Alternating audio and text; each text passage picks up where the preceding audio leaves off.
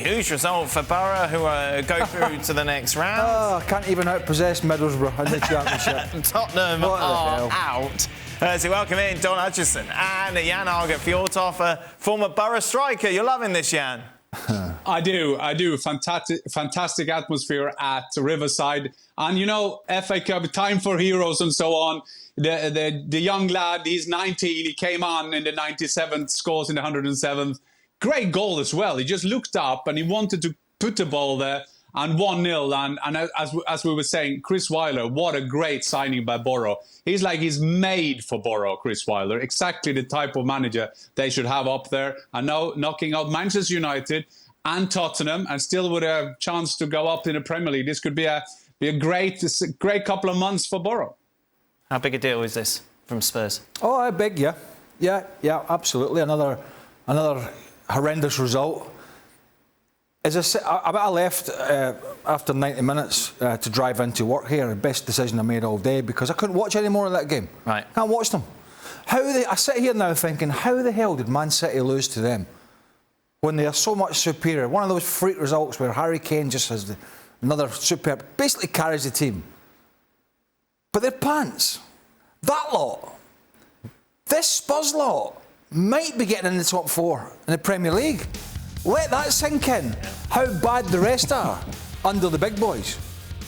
I mean, it's not a weak team on paper. He hasn't gone up there. He's gone up there with Kulusevski, who's looked a little bit OK recently, and Kane and Son, and Sessegnon and Doherty have been playing it. You know, the World Cup winners in goal. I mean, honestly, this bunch, and this manager as well. Right. I mean, what's he going to say today? He lost his voice, so he couldn't say too much, apparently, in the post-match. You mean Daniel Levy came down and put the biggest bloody gag over his mouth and said, shut up and get on with it. What a team. What a team. Honestly, you're going to have to... I mean, 500 million wouldn't get this team challenging Man City. Telling you now. Don, to quote Craig, they were pants. They were as well. They were absolutely pants. Kulusevski was the best player on the pitch. I thought Sessegnon played well as well. But Craig saying there about this team's got a chance to top four, and the table would suggest they have. But when you watch them, Dan, they have got no chance of stringing results together. I mean, they play Everton next. I would imagine it'll be the Tottenham side. That'll probably beat Everton. Man U after that, they'll probably lose. They're just an absolute riddle at the moment. You watch them and you think, they don't control the midfield. Højbjerg played a midfield with Harry Winks. They got outpossessed and outclassed by Johnny Howson, who's 33, who had a brilliant game. They were just... I mean, the highlights you showed there was sort of quite favourable towards Tottenham, but Middlesbrough in the game, watching the whole game in the extra time, knocked the ball around like you wouldn't believe. They were so comfortable.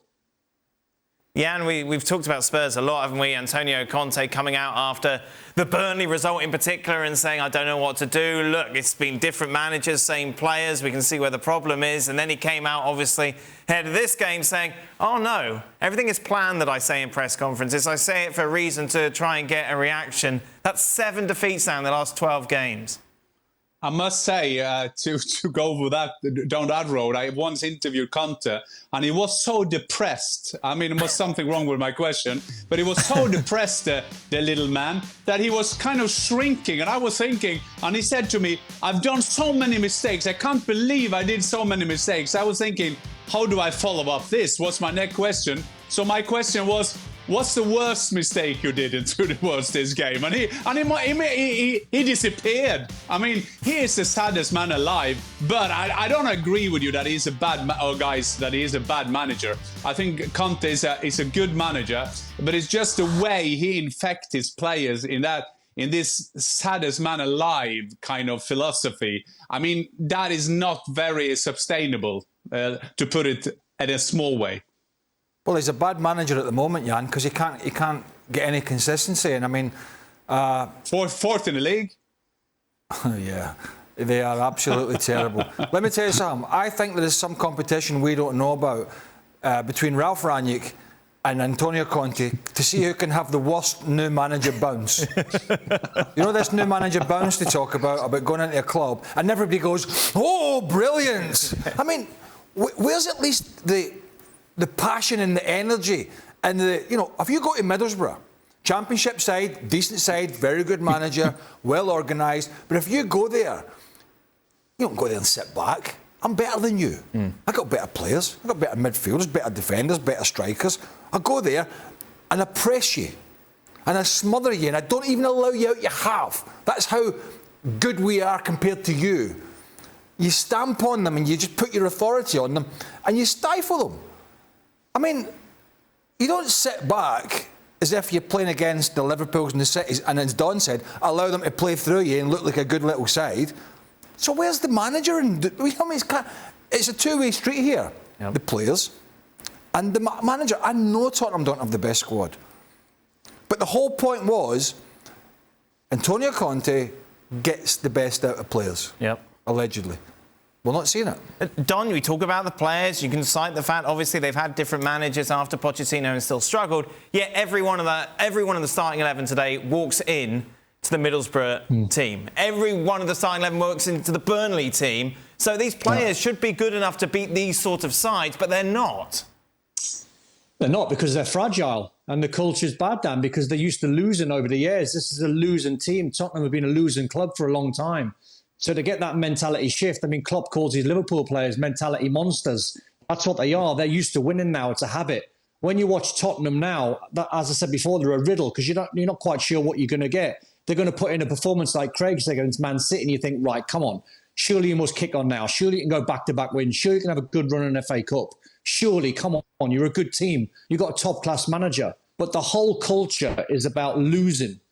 And that's going to take an awful lot of time to try and change that culture, to try and get anywhere near the big boys. And it's going to be a fair few more years before they win trophies. Then we're going to be talking about Harry Kane in the summer because he wants trophies. He said it. He said he wants to win the big prizes. So that's another noose around their neck come the summer. And Harry Kane probably gets linked with 1,000 clubs. So I just don't see where they're going, Dan, to be honest. But it's interesting that is a good point with they are fragile. And you must say, I mean, I follow Tottenham since I was a kid. And the culture is somehow always the same. They're a fragile team. And now Levy is trying. First, he got Mourinho on to try to get them tougher. Not happen. Now it's Conte is coming in.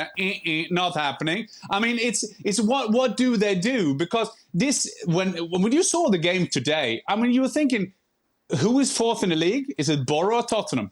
I mean, there was no chance that and some aliens will come down and say, wow, look at that Premiership team with white shirts. They're the red teams. Oh, I didn't know that. I mean, that was not possible to see. Borough were a better team. They had a better plan. They were tougher. They were more passion, and they won the game. It's going to leave, isn't he? Yes. They're going to leave. Yeah. And to be honest with you, I think it's probably best all round that he does eventually in the summer, probably. Takes a bit of payoff, wipes his tears away, and sods off somewhere else and has a whinge. Because this continuation is not going to do anybody any good. And you go into the summer, if they get a little bounce, possibly, and he stays, and that's a big effort at the moment. They sign a few players, but they won't sign enough. We know how that club operates. They won't sign enough good ones.